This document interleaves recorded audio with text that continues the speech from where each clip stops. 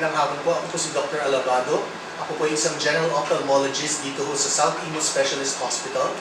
Tinitignan po natin dito ang lahat ng mga kaso ng mga mata mula sa panlalabo, pananakit ng mata, pamumula ng mata, katarata, sakit ng glaucoma, sakit sa retina at mga pagduduling at pagbabanlag.